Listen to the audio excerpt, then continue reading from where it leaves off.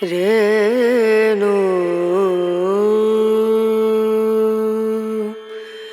Rana Ra.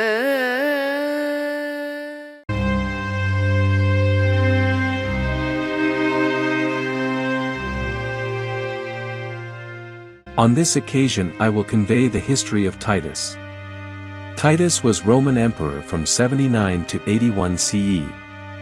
On June 24, 79 CE, Titus Flavius Vespasianus succeeded his father Vespasian as emperor of the Roman Empire. Prior to his ascension to the throne, he was considered by many as unpopular and venomously loathed, yet after becoming emperor, he became an object of universal love and adoration. Historians consider the abrupt change in the personality of the new emperor to be a true mystery. Titus was born in a small, dingy, slum bedroom close to the 7-story tenement in Rome on December 30, 39 CE during the reign of Emperor Caligula. Historian Suetonius in his The 12 Caesars described the adult Titus as being graceful and dignified as well as muscular and handsome. He added, the beauty and talents that had distinguished him as a child grew even more remarkable. His family did not achieve any major prominence in politics until the reign of Emperor Claudius, when Vespasian served prominently in the invasion of Britain. This turn of events allowed Titus to receive the benefits of a court education. He learned to write poetry in both Greek and Latin, compose Greek tragedies, and play the harp. He also benefited from a close friendship with Claudius' son Britannicus and was present at the young heir's death by poisoning, a death arranged by Claudius' scheming wife Agrippina. In fact, Titus drank from the same cup as Britannicus, becoming sick himself. Suetonius wrote, Titus, who was reclining at the same table, is said to have emptied the glass in sympathy and to have been dangerously ill for some time. Titus would later build several statues in memory of his childhood friend. After completing his education, young Titus served as a military tribune in both Britain and Germany from 61 to 63 CE. He developed a natural aptitude for the art of war and peace, handled arms, and rode a horse as well as any man living. He left the military temporarily, serving as a barrister in the law courts only because he enjoyed pleading cases, not because he meant to make a career of it. At this time he married his first wife, Aracina Tertulla, who died shortly afterwards.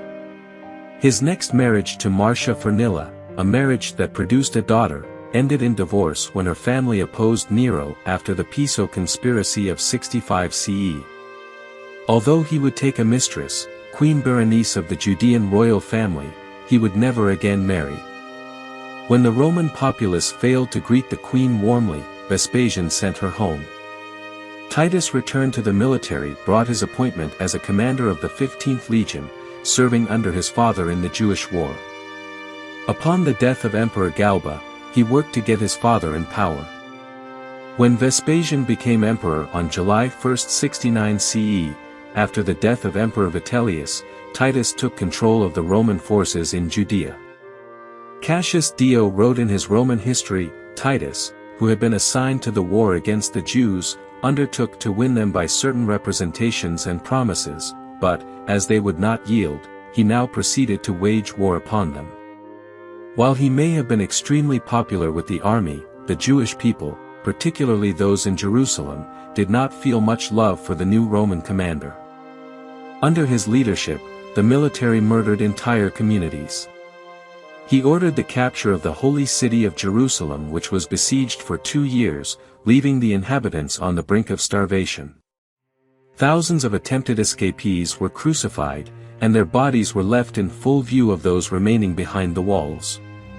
In September of 70 CE, Titus' troops finally entered Jerusalem, slaughtering its citizens and setting numerous fires. After the city was seized, all of the city's walls, with the exception of one wall, were destroyed. This served as a reminder to all that no wall could defend against the Roman army. The one section of remaining wall became the holiest location in all of Judea, the Wailing Wall. In June 71 CE Titus returned to Rome and was immediately recognized as the heir apparent to his father. As his father's assistant, he dictated letters, drafted edicts, and even delivered speeches to the Roman Senate.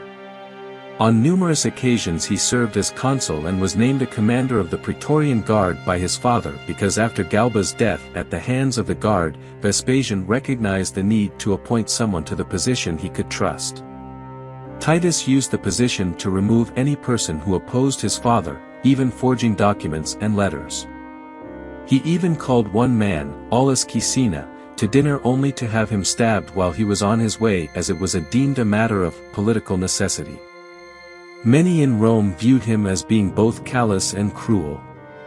Actions of this sort made Titus so deeply disliked at the time that perhaps no more unwelcome claimant to the supreme power had ever won it. Suetonius added, it was even prophesied quite openly that he would prove to be a second Nero.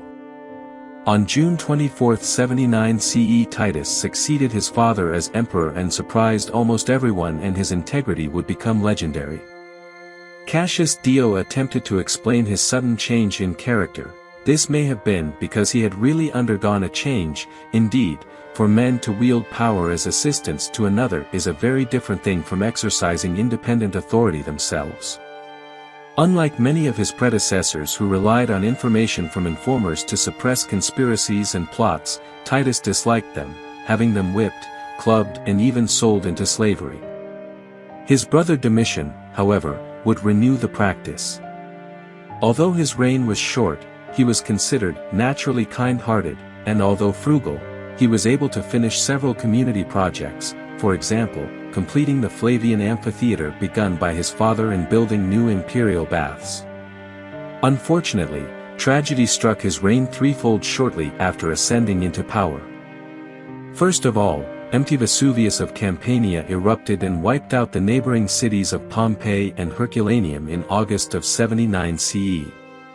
Immediately, Titus toured the devastated areas, seeing to it that relief was provided.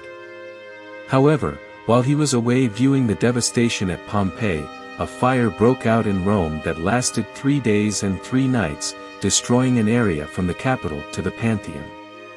He later said of the fire, "This has ruined me." Concerning the fire, Cassius Dio denied any possible human cause, saying it was of divine origin.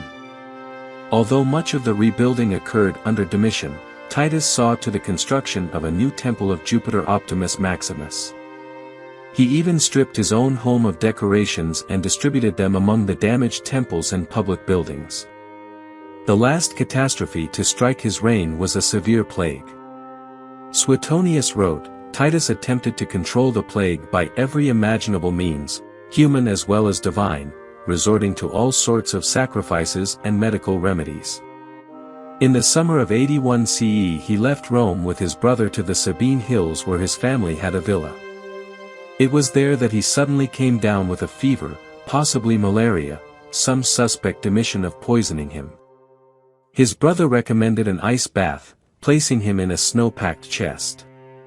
Domitian then left his brother, hurrying back to Rome where he sat waiting to claim the throne.